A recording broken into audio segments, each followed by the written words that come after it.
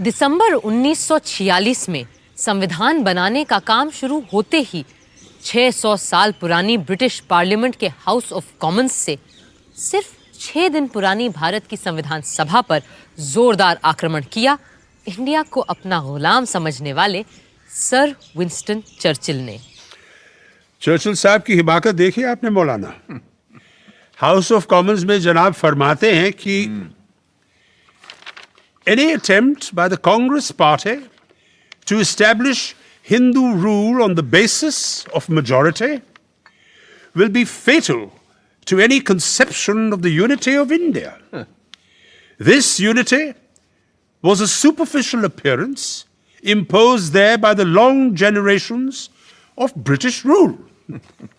And it would pass away once the impartial guidance from the outside is withdrawn. बकवास। Election हारने से Churchill साहब का दिमाग फिर गया। Quaid-e-Azam, listen to this. Churchill says even more in his speech. The British government owed special protection to the Muslims, numbering 90 million. But today they've been outwitted and outmaneuvered. This is exactly what I have been saying all along. Therefore, this meeting in Delhi is not the proposed Constituent Assembly, and it represents only one major community in India. Right. Churchill knows how to call a spade a spade. जनाब आगे फरमाते हैं, इरशाद। if a bride or a bridegroom fails to turn up at the church, the result is what is called a unilateral wedding. The absolute essence is that both parties should be there. और वो खुद क्या हैं? दुल्हन के बाप। कमाल है, कमाल है। मुस्लिम लीग की गैर मौजूदगी सबको खल रही थी और जब जिन्ना साहब ने कहा कि उनकी वर्किंग कमेटी 20 जनवरी को तय करेगी कि कब वो संविधान सभा में आएंगे, तो डॉक्टर M.R. जयकर ने प्रस्ताव रखा कि जब तक रजवाड़ों या कम से कम मुस्लिम लीग के लोग संविधान सभा में नहीं आते, तब तक एम्स एंड ऑब्जेक्टिव्स रेजोल्यूशन जैसे महत्वपूर्ण प्रस्ताव पर बहस और वोट को मुलतवी कर देना चाहिए। पर हर किसी को ये बात गवारा नहीं थी। If this resolution is postponed, what guarantee is there that the Muslim League will come and attend the sessions? My charge is that the Muslim League has been encouraged by the attitude of the British to imagine that if it does not come, it may be able to veto the final decision of the Constitutional Assembly. Doctor Shyama Prasad Mukherjee के ठीक बाद पहली बार संविधान सभा में बोलने खड़े हुए doctor Bhimrao Ambedkar. Today, we are divided politically, socially, and economically. We are a group of warring camps. And let me confess that I am probably one of the leaders of such a camp. But sir, I'm quite convinced that given time and circumstances, nothing in the world will prevent this country from becoming one.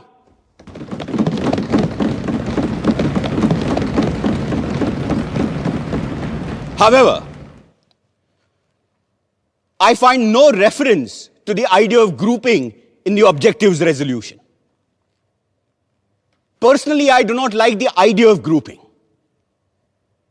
But I always thought the Congress Party had agreed that if the provinces which are placed under different groups consent to form a union or sub-federation, it would have no objection.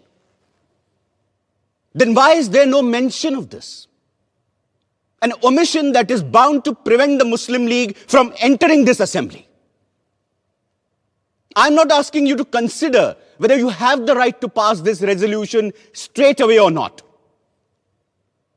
It may be that you have the right to do so. The question I'm asking is this: is it prudent for you to do so? जिन्ना साहब के इंतजार में AIIMS and objectives resolution का काम 21 जनवरी तक मुलतवी कर दिया गया, पर चर्चिल साहब की बेबुनियाद बातों का फौरन जवाब देना जरूरी था और ये काम किया खुद सभापति डॉक्टर राजेंद्र प्रसाद ने। लंदन के हाउस ऑफ कॉमन्स में अभी पिछले दिसंबर में मिस्टर चर्चिल ने फरमाया कि हमारी ये संविधान सभा भारत के केवल एक धर्म के लोगों की नुमाइंदगी करती है।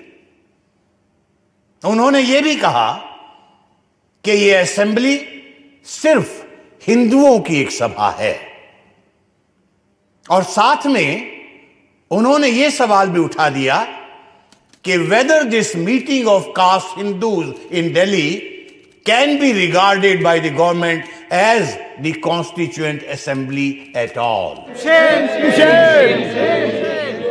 इस किस्म के बयान न सिर्फ तथ्यों के बिल्कुल विपरीत हैं, बल्कि गलत और भ्रामक बातें भी फैलाते हैं। और इसी वजह से मैं ये जरूरी समझता हूं कि आज हम यहां सच को सामने रखें। और सच ये है कि इस प्रिलिमिनरी सेशन में 296 मेंबर्स में से 210 ने इस संविधान सभा में हिस्सा लिया, और इन 210 मेंबरान में से 155 Hindu, 30 scheduled caste, 5 Sikh, 6 Indian Christians, 5 backward tribes के नुमाइंदे, 3 एंग्लो इंडियंस, 3 पारसी, और 80 में से 4 मुसलमान भी शामिल रहे हैं। सबसे बड़ी कमी मुस्लिम लीग के सदस्यों की रही है, और हम सबको इस बात का बेहद अफसोस है। लेकिन जो संख्याएं मैंने गिनाई हैं, उनसे यह साफ जाहिर हो जाता है कि इस असेंबली को सिर्फ एक मेजर कम्युनिटी का नुमाइंदा बताना या सिर्फ हिंदुओं की सभा कहना तथ्यों के साथ सरासर खिलवाड़ है। 20 जनवरी को जिन्ना साहब ने बिना कोई वजह बताए मुस्लिम लीग वर्किंग कमेटी की मीटिंग फिर टाल दी। लिहाजा डॉक्टर जयकर ने ऑब्जेक्टिव्स रेजोल्यूशन को स्थगित करने का अपना अमेंडमेंट वापस ले लिया, और 22 जनवरी को संविधान सभा का पहला और सबसे महत्वपूर्ण प्रस्ताव पास कर दिया गया। जवाब में कायदे आजम जिन्ना ने संविधान सभा में आना तो दूर, पूरी कॉन्स्टिट्यूएंट असेंबली को ही गैर कानूनी और नाजायज करार दे डाला। The working committee of the Muslim League is emphatically of the opinion that elections to and the summoning of the Constituent Assembly, in spite of the strong protest and emphatic objection of Muslim League, were ab initio void, invalid, and illegal, as the major parties had not accepted this statement. And the continuation of the Constituent Assembly and its proceedings and its decisions are ultra-virus, invalid, illegal, and therefore it should be dissolved forthwith. उधर chamber of princess यानी राजे रजवाड़े भी पंडित नेहरू के प्रस्ताव से बहुत घबराए हुए थे।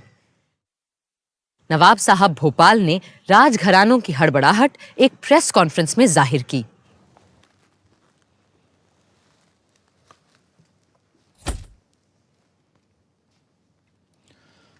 हमें मजबूरन आज ये प्रेस कॉन्फ्रेंस बुलानी पड़ी है, क्योंकि पंडित नेहरू ने कॉन्स्टिट्यूएंट असेंबली में जो रेजोल्यूशन पास करवाया है वो कैबिनेट मिशन में तय की गई बातों से बिल्कुल मुख्तलिफ है, और कॉन्स्टिट्यूएंट असेंबली में ऐसे किसी भी रेजोल्यूशन को लाने और पास करवाने के हम पूरी तरह से खिलाफ हैं। सर, जैसा कि पंडित नेहरू जी ने कहा है कि उनको जाती तौर पर ना तो राजशाही पसंद है, ना राजा और ना ही नवाब, तो इस पर आपका क्या कहना है? देखिए, पंडित नेहरू को अपनी जाती राय रखने की और उसका इजहार करने की मुकम्मल आज़ादी है, लेकिन हां, अगर उन्होंने अपना बनाया हुआ कोई कानून हम पे ज़बरदस्ती थोपने की कोशिश की तो हिंदुस्तान के 550 शाही घरानों ने चूड़ियां नहीं पहन रखी हैं। यहां देखने की बात यह है कि मेजॉरिटी पार्टी के अभी से ये तेवर हैं तो अंग्रेज़ों के जाने के बाद हमारा क्या होगा ये तो खुदा ही जाने। उसके लिए हम अपने चैम्बर ऑफ प्रिंसेस का रेजोल्यूशन आपके सामने रखेंगे।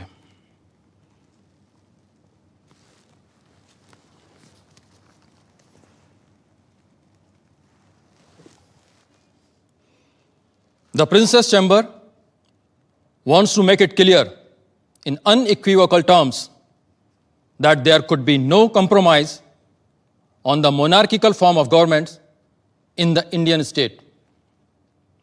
Some checks and breaks have to be provided against the majority party running amok in the future governance of India. And the Chamber demands that there are guarantees and assurances given that territories of the princely states are not interfered with once the British have left. And we will be free to follow our customs and rules as far as the succession is concerned.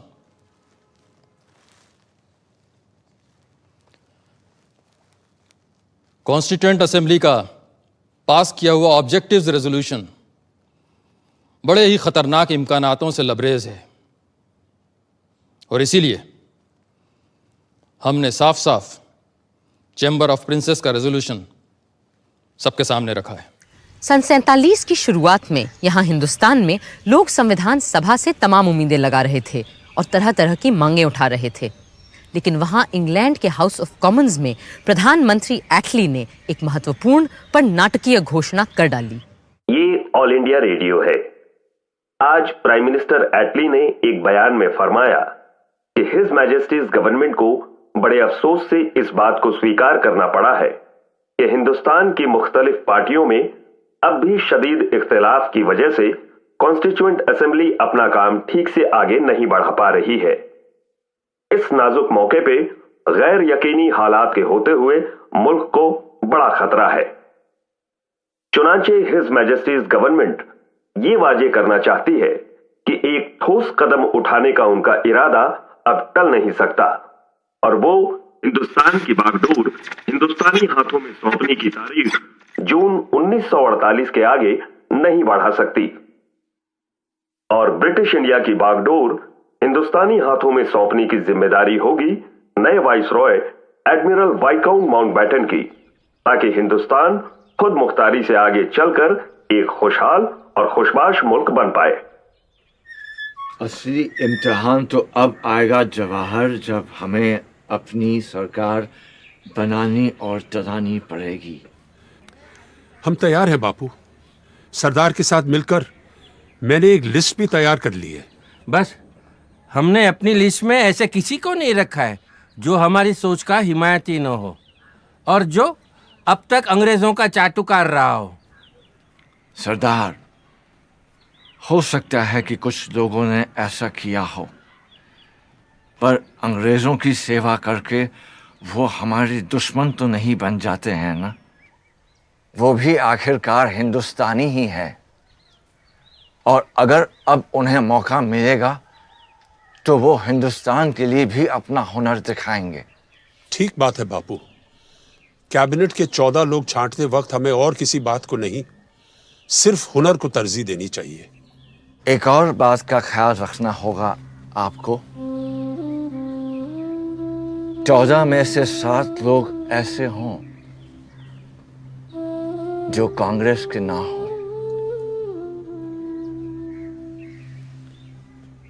और ये भी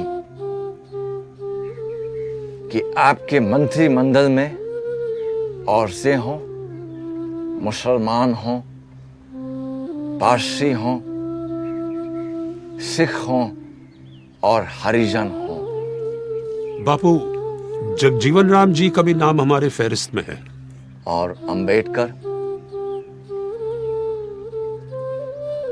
वो मेरा पुराना विरोधी है, पर यह बात भी सच है कि संविधान और कानून के बारे में जितना वो जानता है शायद कोई जानता हो पूरे देश में। और अगर आपने अंबेडकर के ज्ञान और अनुभव का फायदा नहीं उठाया तो नुकसान उसका नहीं हिंदुस्तान का होगा। लॉर्ड माउंटबैटन ने आते ही सारे नेताओं से मुलाकात की। सबसे पहले पंडित नेहरू से, जिन्हें वो पहले से जानते थे। दोनों इस बात पर एक मत थे कि सबसे बड़ी चुनौती होगी जिन्ना साहब की जिद। और हुआ भी यही। जब जिन्ना साहब माउंटबैटन से मिलने पहुंचे, वो अपनी जिद पर अड़े रहे कि उन्हें पूर्व में बंगाल और असम और पश्चिम में पंजाब, सिंध, बलूचिस्तान और नॉर्थ वेस्ट फ्रंटियर प्रोविंस अपने पाकिस्तान के लिए चाहिए। और साथ में चाहिए एक गलियारा जो दिल्ली, रामपुर, लखनऊ और पटना से होते हुए कलकत्ता जाएगा। पर जब माउंटबैटन ने कहा कि कांग्रेस ऐसा गलियारा कतई नहीं बनने देगी और पूरे बंगाल और पंजाब का तो सवाल ही नहीं उठता, तो जिन्ना साहब बोले, better a moth eaten Pakistan than no Pakistan at all. पर बापू अभी भी अपने काठियावाड़ी भाई को समझाने में लगे हुए थे।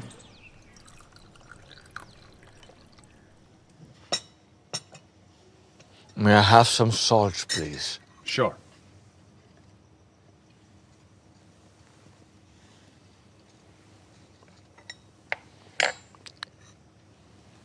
मेरे भाई जिन्ना, I will plead with you 70 times 7 if the need be. But I can never agree to your idea of dividing India.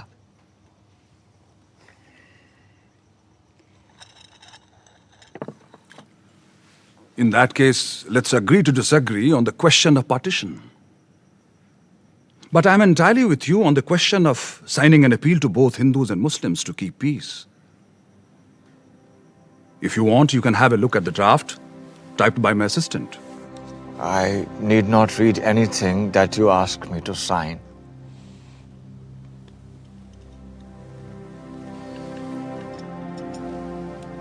पहले आप।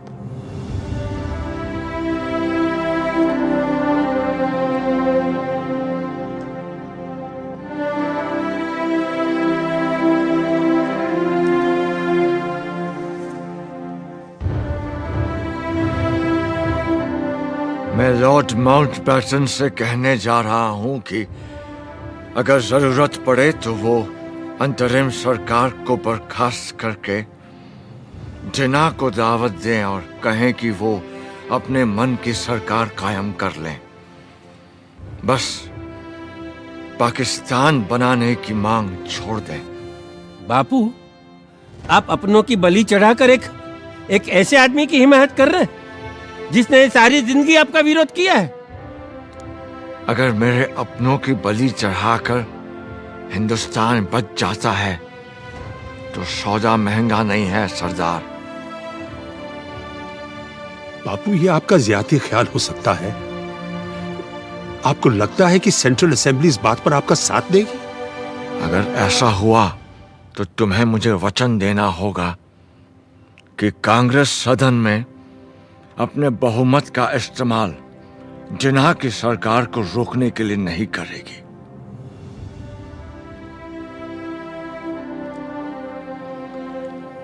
बापू, मैं हमेशा आपकी बड़ी इज्जत करते आया हूं, लेकिन अब आपकी बात मुझे अजीब लग रही है। फर्ज कीजिए हमने जबान दे भी दी, तो आपको क्या लगता है कि जिन्ना साहब एक पल भी कांग्रेस का यकीन करेंगे?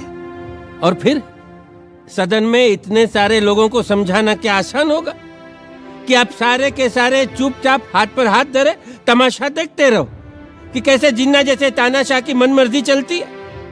ना ना ना, ऐसे पागलपन के स्वांग में हिस्सा लेने के बजाय मैं सभा से इस्तीफा देना पसंद करता हूँ। बापू, लॉर्ड माउंटबैटन खुद जानते हैं कि इन हालात में मुस्लिम लीग को सरकार बनाने देना बिल्कुल फजूल की बात होगी। शायद आप लोग बेहतर समझते हैं। वैसे भी मेरे जैसे बूढ़े का यहाँ क्या काम? मुझे तो बिहार और बंगाल में होना चाहिए। जहां दंगे फिर भड़क रहे हैं, यहां तो आप लोग हैं ही दिल्ली संभालने के लिए।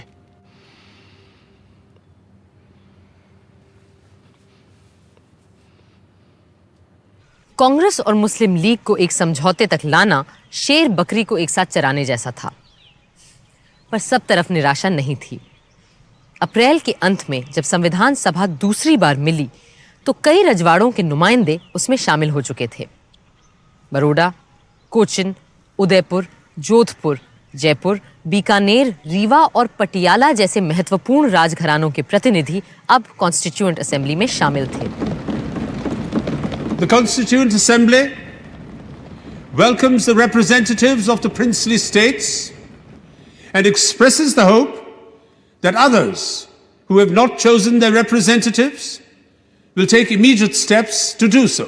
विडंबना ये थी कि जिस वक्त भारत के नागरिकों को ये डर था कि वो भारत के ही नागरिक रहेंगे या बंटवारे के बाद एक नए मुल्क के बाशिंदे बन जाएंगे, उस वक्त संविधान सभा में भी नागरिकता पर ही बात हो रही थी। Now I come to clause 3. Every person born or naturalized in the Union according to law shall be a citizen of the Union. Sir, क्या संघ में पैदा होने वाला हर बाशिंदा, भले वो जर्मन हो या जापानी, इस देश का नागरिक बन जाएगा और भारतीय नागरिक के सारे हक भी पा जाएगा? मगर इन शब्दों पर भी तो गौर कीजिए महोदय। सब्जेक्ट टू ज्यूरिसडिक्शन, यानी विदेशी राजदूतों और डिप्लोमेट्स के यहां पैदा होने वाले बच्चे हमारे नागरिक नहीं बन जाएंगे। पर मान लीजिए कोई जापानी महिला हिंदुस्तान से गुजर रही है और उसको बच्चा हो जाता है, तो क्या होगा? The American Supreme Court says that a casual visitor will not fall in this clause. And what happens to a man who is not passing through but stays for trade or some other purposes? Sir, मेरा प्रस्ताव है कि हम इस close को फिलहाल postpone कर दें और कल इस पर चर्चा करें। For the time being, let us accept the general principle. We need not manufacture a law of nationality overnight before 11 o'clock tomorrow morning. I will request lawyers and jurists who are members of this house to pay attention to this clause, and a committee of 3 lawyers is formed. Sir, I suggest that in addition to 3 lawyers, 1 man of common sense should also be added.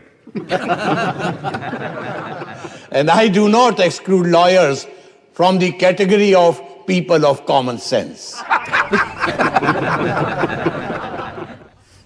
हंसी के ठहाके तो लग रहे थे, मगर स्थिति बहुत गंभीर होती जा रही थी।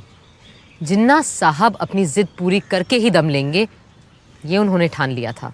Division of the armed forces, division of the staff of central civil departments, railways, post and telegraphs, public works, income tax, customs, central excise, power. The list goes on. Divorce of 400 million people in just 10 weeks is an impossible task, Quaid-e-Azam. It will at least take a year, and that too if Allah is with us. I do not have that much of time. Pakistan will have to come into existence before these congressmen poison the mind of Mountbatten, who has dreams of becoming the Governor General of Pakistan. And that will never be. Actually, Jawaharlal is the problem. He told the Viceroy there will be no division of any assets, as some parts are just seceding from the entity called India. And the seceding parts will have to build up their own assets, administrative records, and machinery. Secession. Secession, my foot. It is not a question of secession. It is going to be a division of India, and both Nehru and Mountbatten better understand that. Otherwise, I'm going to call for another direct action day. ऐसे में जब viceroy Mountbatten ने हिंदुस्तान के बंटवारे की तजवीज़ सामने रखी, तो कई लोग सोचने लगे कि जहर पूरे देश में फैल जाए, इससे बेहतर यही होगा कि शरीर का बीमार भाग काटकर अलग कर दिया जाए। इस माहौल में कांग्रेस कार्यकारिणी की बैठक हुई। आप सब ने लॉर्ड माउंटबेटन की तजवीज सुनी है, कैसे वो हिंदुस्तान के कुछ इलाकों को खुद मुख्तारी का हक देना चाहते हैं। इससे एक तरफ जहां भारत के कट जाने का डर है, वहां दूसरी तरफ आजादी की उम्मीद नजर आती है।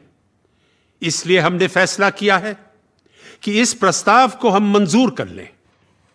कांग्रेस पहले तो मुस्लिम लीग को ढील देती चली गई कि शायद अब वो संविधान सभा में आ जाएंगे, पर इससे हमें मिला क्या?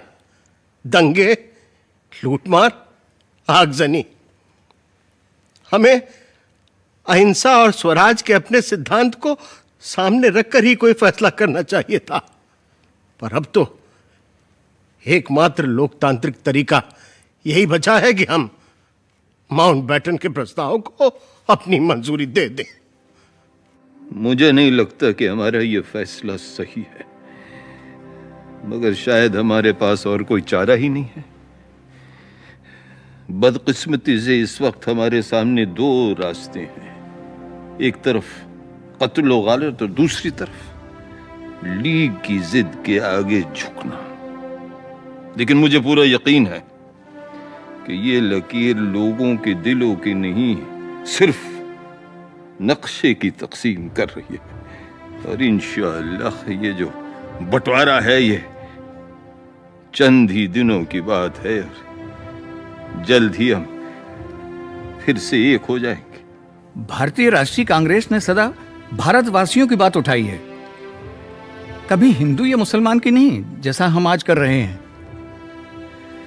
हमने हमेशा अक्षुण्णता और अखंडता की बात की है, और यदि आज हमने इस प्रस्ताव को स्वीकार कर लिया तो एक समरस भारत का हमारा सपना चूर चूर हो जाएगा।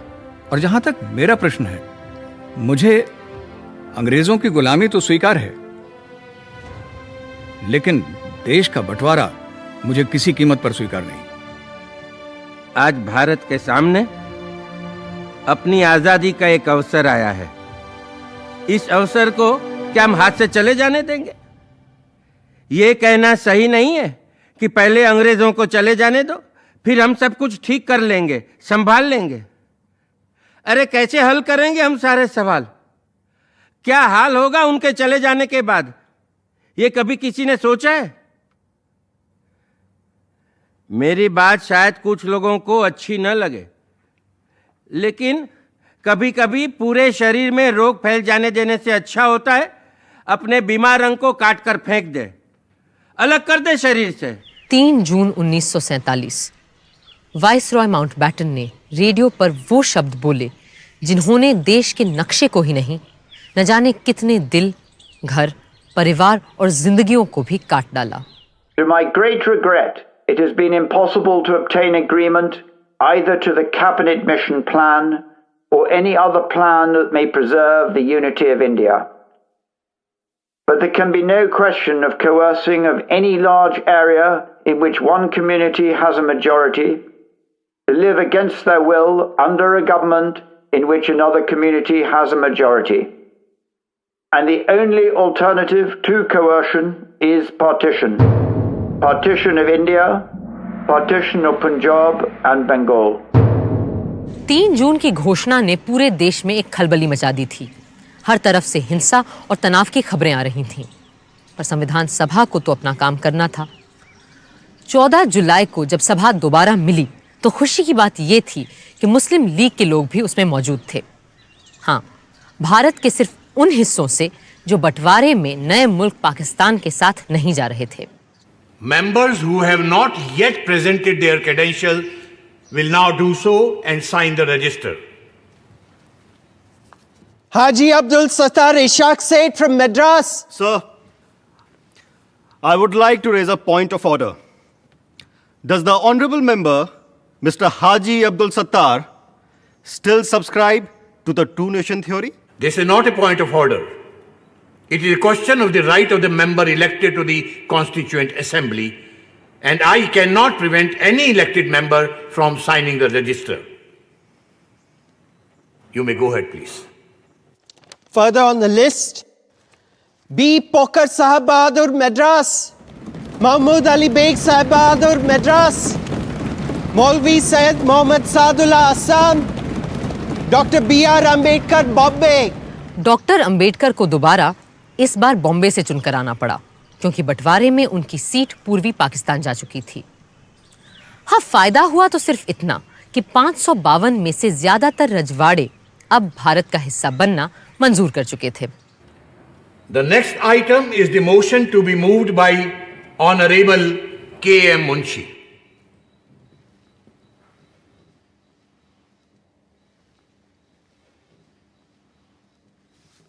महोदय, इस सप्ताह के अंत तक ब्रिटिश पार्लियामेंट भारत की आजादी का लेजिस्लेशन पारित कर चुकी होगी और 15 अगस्त 1947 को हमें स्वतंत्रता मिल जाएगी। वो स्वतंत्रता जिसका हमें सदियों से इंतजार था। हमारे देश में अब एक तरह की समानता आ गई है, हालांकि स्वयं देश की सीमाएं सिकुड़ गई हैं। अब हम एक आजाद और सशक्त भारत के उद्देश्य की ओर पूरे जोश और उल्लास से आगे बढ़ सकेंगे।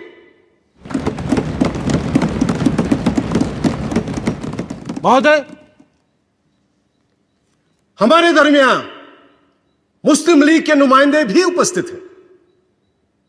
मुझे पूरा विश्वास है कि वो भारत के देशभक्त और कानून का पालन करने वाले नागरिक की हैसियत से यहां रहेंगे और संविधान रचने में पूरी तरह हमारी सहायता भी करेंगे ताकि उनकी माइनॉरिटी को इस देश में एक सम्मानित स्थान मिले।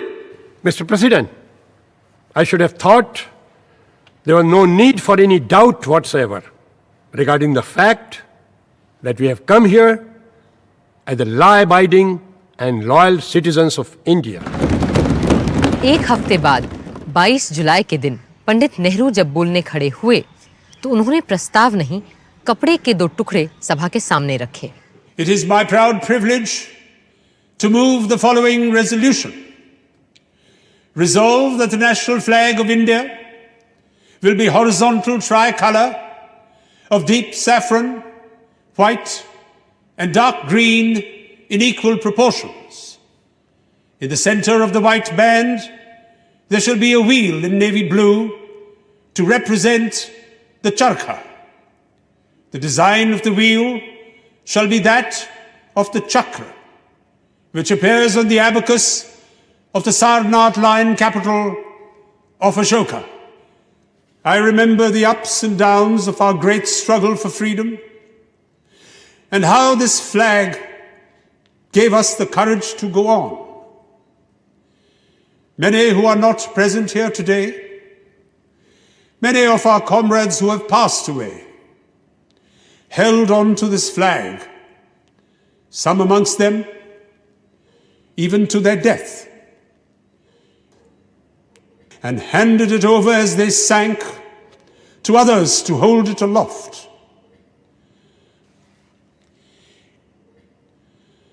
So, in this simple form of words, there is much more than will be clear on the surface.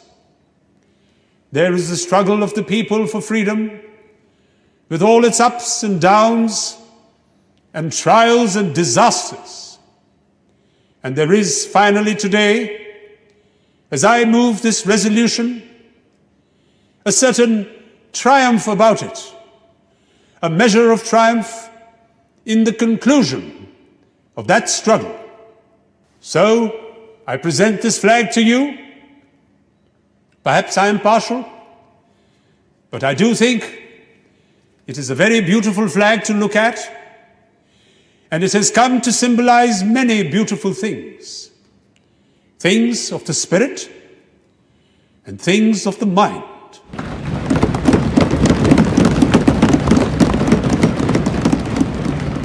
I now present to you not only the resolution, but the flag itself. One in silk, and one in cotton.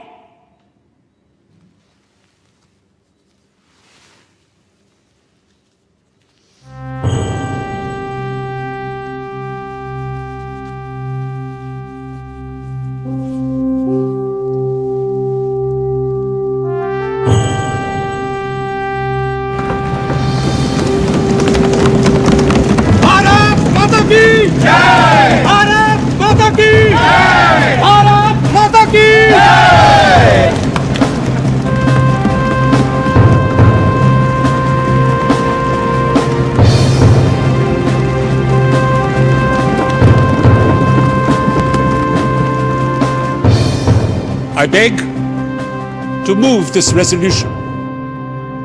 Mr. President, my amendment is that inside the chakra, in the white band, the swastika, the ancient Indian symbol of Shantam Shivam Sundaram be inscribed.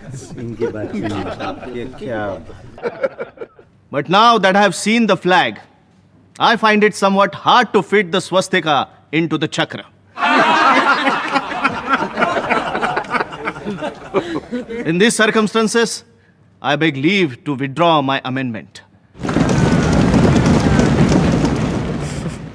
HV Kamat साहब के लिए हर बात का विरोध करना जरूरी था, पर सदन के बाकी सदस्य हिंदुस्तान के नए परचम के साथ थे। मोहम्मद सादुल्ला ने खुलकर अपनी बात रखी। जनाब सदर, मेरे ख्याल में हमारा परचम सिर्फ परचम नहीं है, इसमें हमारी उम्मीदों के रंग हैं, हमारी जद्दोजहद और कुर्बानियों की कहानी भी है। हमारे मजहब इस्लाम में यही हिदायत दी गई है और मुस्लिम लीग की हाई कमांड और कायदे आजम का भी यही मानना है कि जो इंसान जहां रहे वहां की सरकार और आइन का वफादार रहे। और इसी उसूल को मानते हुए मैं उस परचम को सलाम करता हूं जो यहां हाउस में पंडित जवाहरलाल नेहरू ने पेश किया है। महोदय, मैं कहना चाहता हूं कि 27 वर्षों के इस स्वतंत्रता संग्राम में जिस तिरंगे के नीचे हमने स्वाधीनता प्राप्त की है, वही रंग हमारे राष्ट्रीय ध्वज के रंग हों, यह एक स्वाभाविक बात है।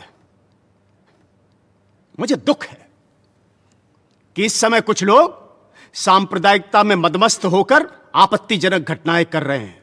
अभी परसों की ही बात है, दिल्ली में हिंदी के संबंध में एक सभा हुई, वहां हुल्लड़बाजी हुई। इतना ही नहीं, कई मोटरों पर जो राष्ट्रीय ध्वज लगे हुए थे उन्हें निकालकर फेंक दिया गया।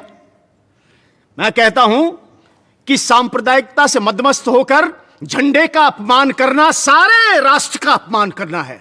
भारत माता की जय! भारत माता की जय! भारत माता की जय! संविधान सभा का अगला यानी 5वां सत्र शुरू होना था एक बहुत ही ऐतिहासिक दिन, 15 अगस्त 1947। 14 अगस्त की शाम से ही सदन की कार्यवाही शुरू हो गई थी, उस घड़ी के इंतजार में जिसका हर हिंदुस्तानी को जाने कब से इंतजार था।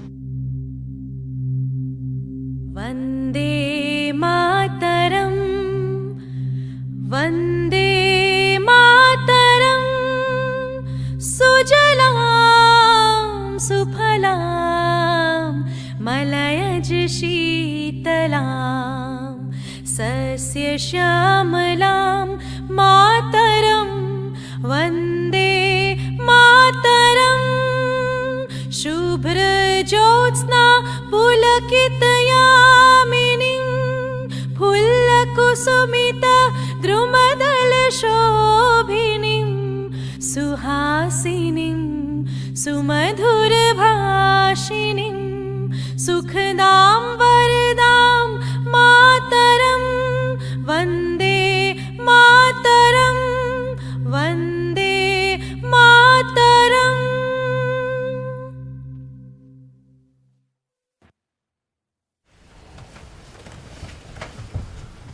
हमारे इतिहास के इस अहम मौके पर जब आज वर्षों के संघर्ष और जद्दोजहद के बाद हम अपने देश के शासन की बागडोर अपने हाथों में लेने जा रहे हैं, हमें उस परम पिता परमात्मा को याद करना चाहिए जो मनुष्यों और देशों के भाग्य को बनाता है।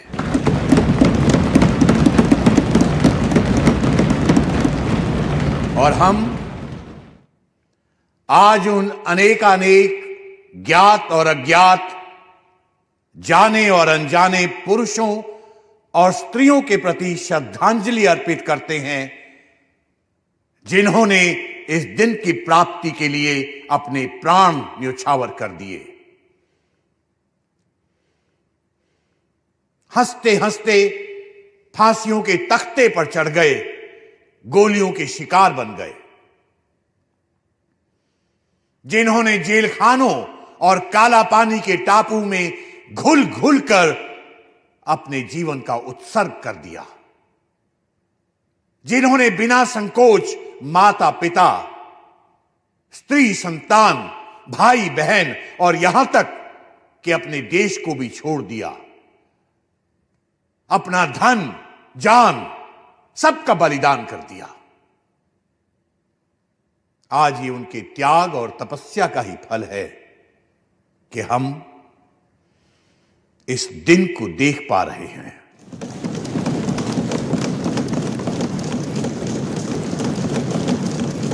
हम अपनी श्रद्धा और भक्ति का उपहार महात्मा गांधी जी को भी भेंट करें, जिन्होंने निराशा और मुसीबत के अंधेरे कुएं से खींचकर हमें बाहर निकाला।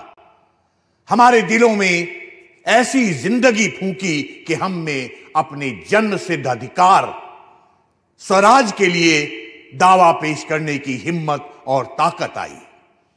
जिन्होंने हमारे हाथों में सत्य और अहिंसा का एक ऐसा अचूक अस्त्र दिया कि जिसके जरिए बिना हथियार उठाए स्वराज का अनमोल रत्न हमने हासिल कर लिया।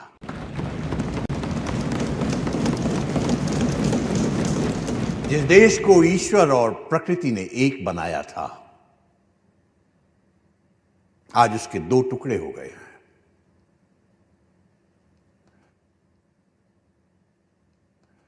मुझे यह कहना पड़ता है कि इस बंटवारे से हमारे दिलों में दुख है, मगर इसके बावजूद हम आपकी और अपनी तरफ से पाकिस्तान के लोगों को अपनी नेक नियति, उनकी तरक्की और कामयाबी के लिए अपनी सदिच्छा और सद्भावना प्रकट करना चाहते हैं।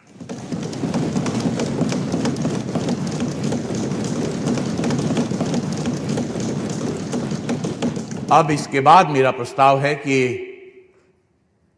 हम सब उन वीरों की पुण्य स्मृति में जिन्होंने देश में और देश के बाहर हमारे स्वातंत्र संग्राम में अपनी बलि दी है, कुछ क्षण मौन खड़े रहें।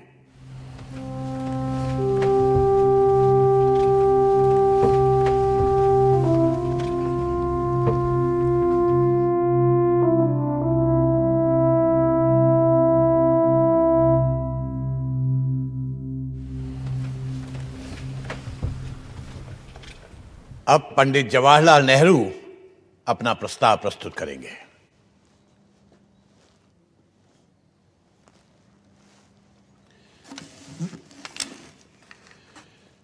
सदर साहब, कई साल हुए जबकि हमने किस्मत से एक बाजी लगाई थी, एक इकरार किया था, प्रतिज्ञा की थी। अब वक्त आया है कि हम इसे पूरा करें, बल्कि वो पूरा तो शायद अभी भी नहीं हुआ, लेकिन फिर भी एक बड़ी मंजिल पूरी हुई, हम वहां पहुंचे हैं। फिर मुनासिब है कि ऐसे वक्त में हमारा पहला काम यह हो कि हम एक प्रण, एक नई प्रतिज्ञा फिर से करें, इकरार करें आइंदा हिंदुस्तान और हिंदुस्तान के लोगों की खिदमत करने का। चंद मिनटों में यह असेंबली पूरी तौर से आजाद खुद मुख्तार असेंबली हो जाएगी और नुमाइंदगी करेगी एक आजाद खुद मुख्तार मुल्क की। हमने एक मंजिल पूरी की है और आज उसकी खुशियां मनाई जा रही हैं। लेकिन ये भी हम जानते हैं कि हिंदुस्तान भर में खुशी नहीं है। हमारे दिल में रंज के टुकड़े काफी हैं और दिल्ली से बहुत दूर नहीं, बड़े बड़े शहर जल रहे हैं। वहां की गर्मी यहां आ रही है। खुशी पूरे तौर से नहीं हो सकती, लेकिन फिर भी इस मौके पर हिम्मत से इन सब बातों का सामना करना होगा। अब मैं अपनी बात अंग्रेजी में भी पेश करूंगा। Long years ago, we made a tryst with destiny, and now the time comes when we must redeem our pledge. Not only or in full measure, but very substantially. At the stroke of the midnight hour, when the world sleeps, India will awake to life and freedom.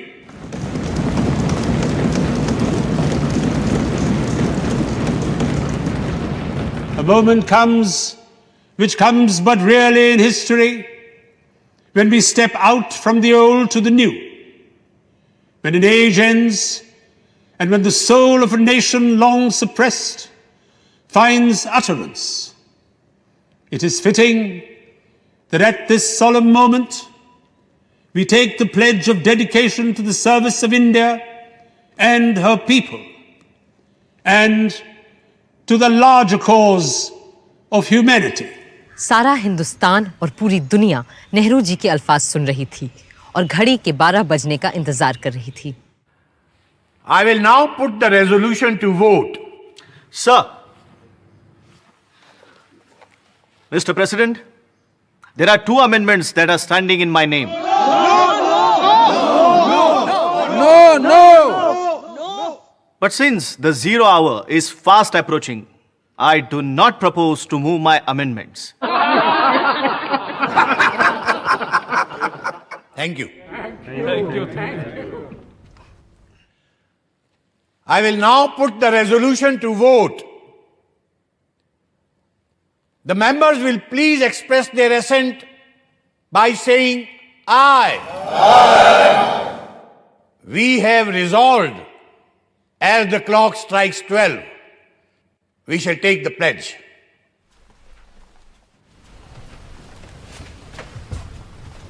It is just half a minute to 12.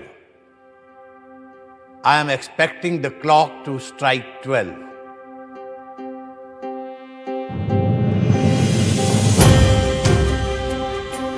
अब जबकि हिंदवासियों ने त्याग और तप से स्वतंत्रता हासिल कर ली है, मैं राजेंद्र प्रसाद, जो इस विधान परिषद का एक सदस्य हूं, शपथ लेने के बाद राष्ट्रीय ध्वज सबके सामने पेश किया गया। Shrimati Hansa Mehta will now present the national flag on behalf of the women of India.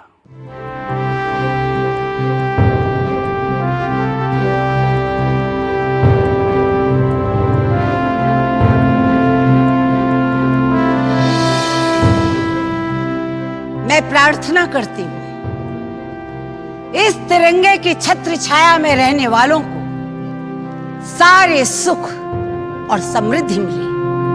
जय हिंद, जय हिंद, जय हिंद, जय हिंद, जय हिंद, जय हिंद। साथ ही श्रीमती सुचेता कृपलानी ने अल्लामा इकबाल का लिखा कौमी तराना गाया, सारे जहां से अच्छा हिंदोस्तां हमारा। और फिर संविधान सभा में पहली बार वो स्वर गूंजे जो आज भी हर हिंदुस्तानी के रोंगटे खड़े कर देते हैं और सीने चौड़े।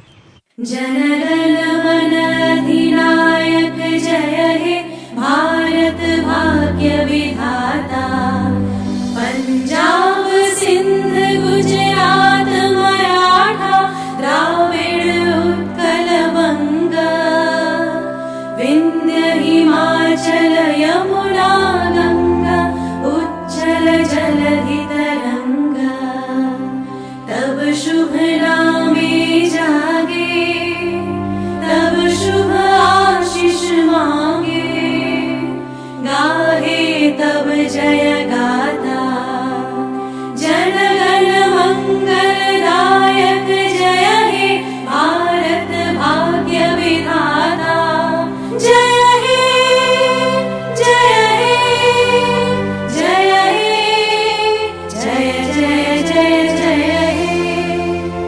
आजाद देश की नई सुबह के स्वागत को सभी जाने माने लोग राजधानी दिल्ली में मौजूद थे, सिर्फ एक इंसान को छोड़कर, महात्मा गांधी, जो वहां से दूर कलकत्ता में थे, जहां वो बंगाल के मुस्लिम लीगी प्रधानमंत्री एच.एस. सोहरावर्दी के साथ मिलकर हिंदू मुस्लिम दंगे रोकने में लगे हुए थे।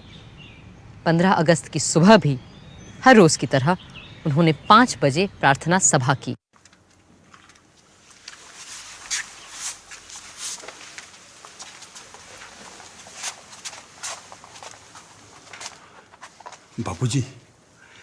बापूजी, आज से हम आजाद हैं। तो आज आप इस खुशी के दिन को कैसे मनाएंगे? ऐसे खुशी के मौके तो ईश्वर की कृपा से ही आते हैं, सो मैं उसे याद करूंगा और धन्यवाद दूंगा। मेरा तो यही तरीका है।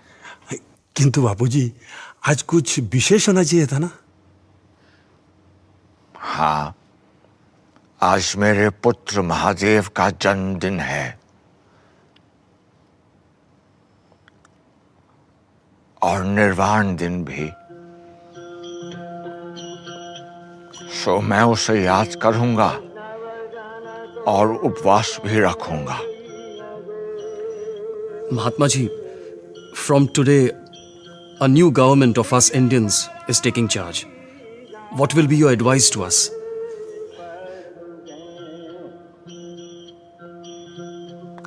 Be humble,